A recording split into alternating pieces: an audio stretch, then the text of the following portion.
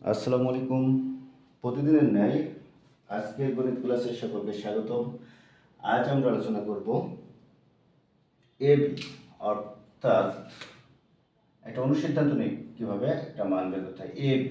এ এবং বি যদি পাশাপাশি থাকে তাহলে তার মানটা কীভাবে নির্ণয় করতে হয়। আমরা এবি সূত্রটা জানি, A plus B by two whole square minus A minus B by two whole square. এখানে আমার এ বির জায়গায় এক্স ওয়াই রয়েছে, তো এক্স ওয়াই থাকলে আমরা এক্স ওয়াই লিখে ফেলবো যে এক্স ওয়াইটা কী হবে, তাহলে এক্স ওয়াই সূত্রটা হবে x plus y by two whole square minus x minus y by two whole square.